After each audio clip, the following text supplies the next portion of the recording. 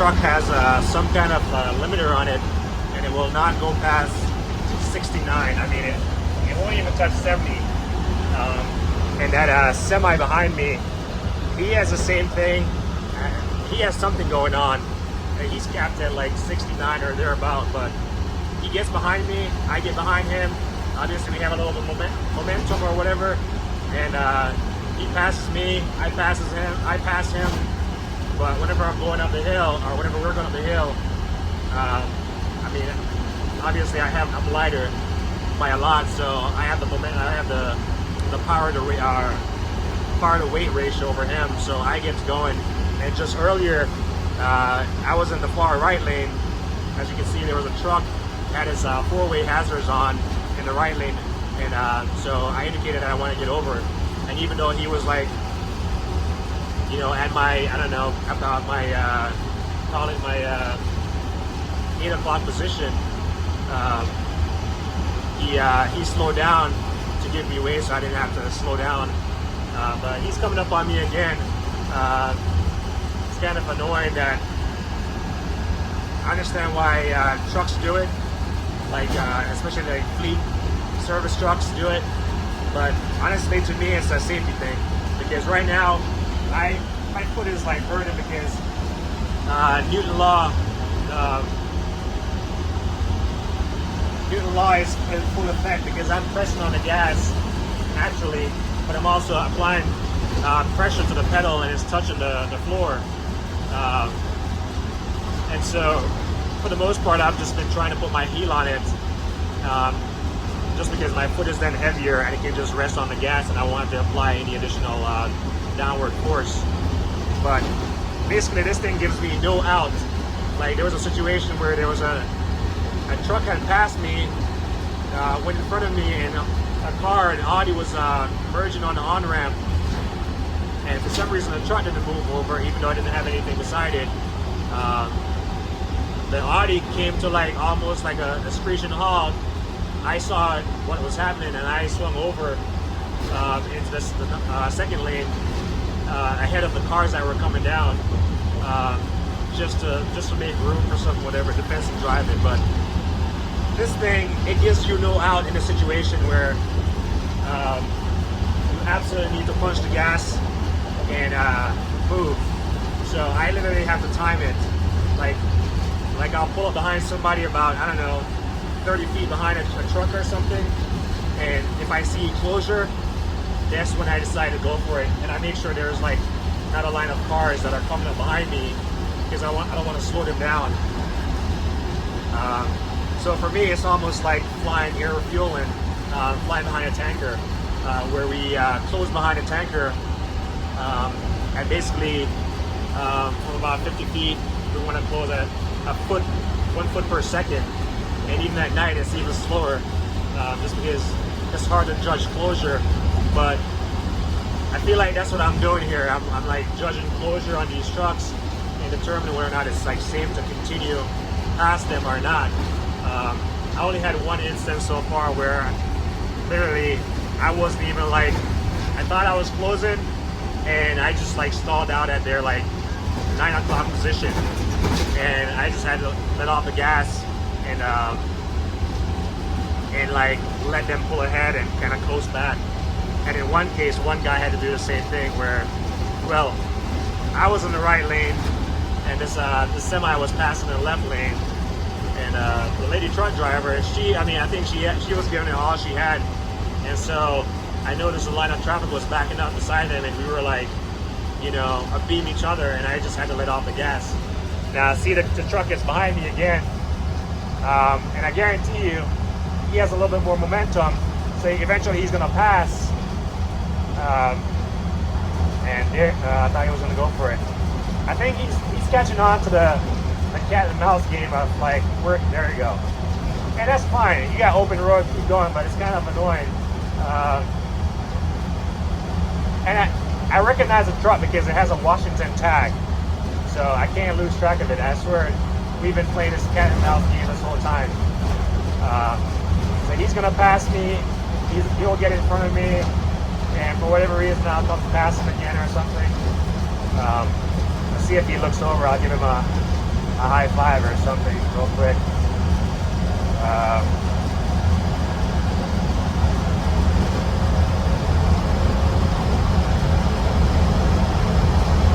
Yeah, actually this is a different truck, but I think the guy, I mean, you can see he just kind of waved to me, but it's I'm gonna let him go, actually. I mean, he's been a good driver, so I'm gonna let him go. He's off the gas, so he can take the lead. Feel like I'm flying a formation of aircraft where it's like, you have the lead, I have the lead. All right, there you go, buddy. I'll just ride it with okay, so maybe it's this guy.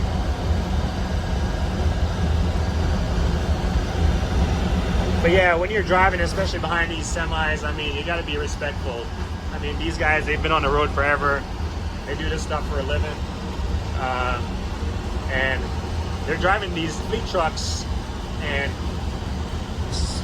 the company has modified or tapped into the ECM, the governor or whatever, and capped their speed. Like I said, this former Ryder truck is literally capped at 69. In fact, I was looking in the manual, and it says you can engage the cruise control no less than 35 and no higher than the speed limit set. Well, I don't know what speed limit has been set, except it won't engage at 69. It will engage at 65, but it will not engage above 65. So even though I have open road ahead of me, I can't go any faster than 69. So I wish I could just engage it at 69 and get my foot off the gas.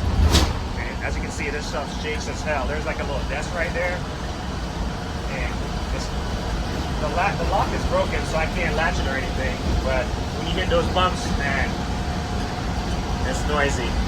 But yeah, they cap the speed, and I can't even engage the cruise control at the speed they cap it at. So, and then the cruise control is pretty rudimentary, but at least it would give me relief from having to press the gas.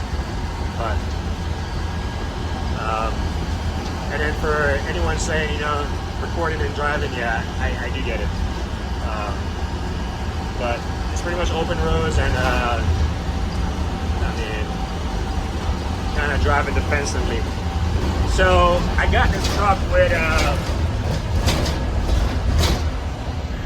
well, the listing had said 139,200 miles, and I think when I left it was about that. So right now I've put just about 1,500 miles on it, and I got about maybe 1,100 miles to go. So all said, I would have put about 2,500 miles on this truck. And after having no mechanical, it hasn't been looked over mechanically, I pulled the oil, it had oil in there. I tried to remove the coolant, but I couldn't remove the cap for some reason. And Salt Lake is up there 85 miles away. Yay. Let's see if I'll stop or continue. Anyway, I'm trying to remove the coolant, but I couldn't, for some reason I couldn't remove the cap. So I had to like knock on the jug, or the bottle, to see the coolant slush in there.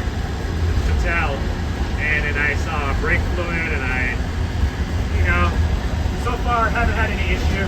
Like I said, I zip tied the parking brake, zip tied it in the up position so it doesn't like fall down and trip the light. And then I've had the exhaust temperature overheat, or exhaust temperature high, not overheat, sorry, exhaust temperature high, light, and basically from talking to the guy, he's basically saying that the depth or whatever is doing a self regen or whatever, auto regeneration or something. So last time it came on, it only stayed on for maybe like 5 to 10 minutes. So this is the most that I've kind of watched a display, just to see if anything pops up. So I keep watching it. It's almost like I'm I'm flying an aircraft or something where I'm like monitoring the gauges and I'm like, monitoring all the displays or whatever. For a moment there, I got really tired, decided to pull off, and it's probably the worst exit that I've ever exited on. But it was like 3 miles in town, and I needed a Red Bull. And whenever I stop, I try not to stop at like a traditional rest stop. I just stop where I can like get gas, get a snack, get food or whatever, and keep it going. I'm by myself. If I was with like kids or family or something, then obviously that's different. But right now I'm trying to get home. So about another day or so. But yeah, there's nothing in Wyoming.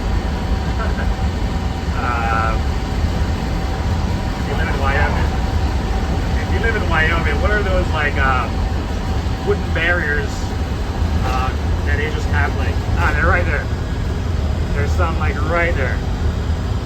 What are those things for? It's just like random fences back to back. And here we go. We are in approaching Utah.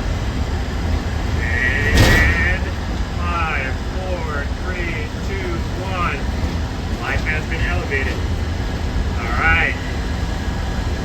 So I got Utah, Nevada, and Old Cali, and that's where we're headed.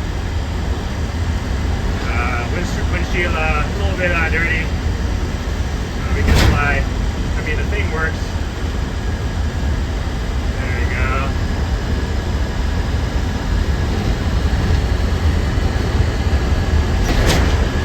Yeah, it works. I mean, probably need to clean it up at a truck stop or something. But yeah, I'm gonna stop recording and get back to driving. But the main point I was trying to make was this governor, and I watched the video, like in the process of driving, because I just set my phone on that little holder. I watched the video, and it talked about, some guy was talking about how to overcome the system, and he was driving a big rig, and I was like wondering if he was in a transition to a point where he stopped, and he probably disconnects the wire.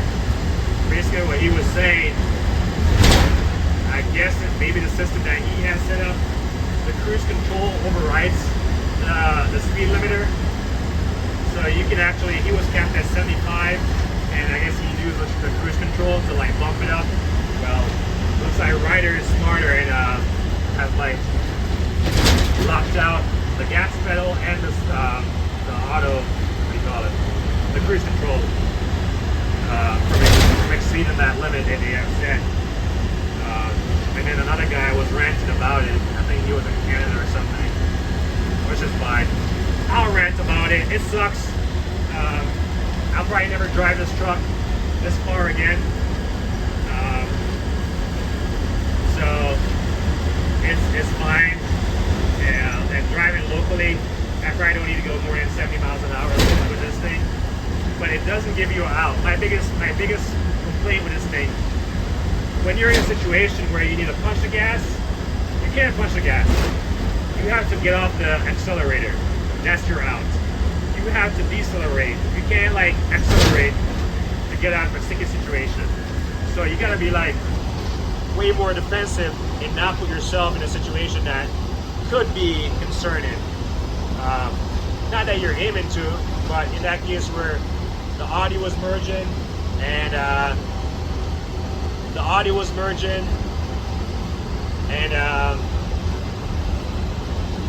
the guy, the big rig could not get over, and I was there, and yeah, I'd say for the most part, I've never had this many semis pass me. I would say FedEx, this is the only FedEx truck that I've came across that has like passed me. Somehow I've passed all of them. So he's probably empty or something. But yeah, I think, this thing sucks. I mean, do I need to go faster than 70?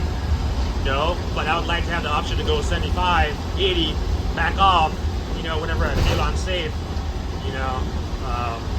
but when I can't go past 69, that's a problem. Maybe someone has a joke, know, with 69 or something, but not funny in a driving sense. Yeah, so I'll probably make a video when I stop. I don't know what I'll make it about, but yeah, this has been long enough. 25 minutes driving a UPS FedEx delivery truck. I mean, I'm getting passed by a Nissan towing a U-Haul.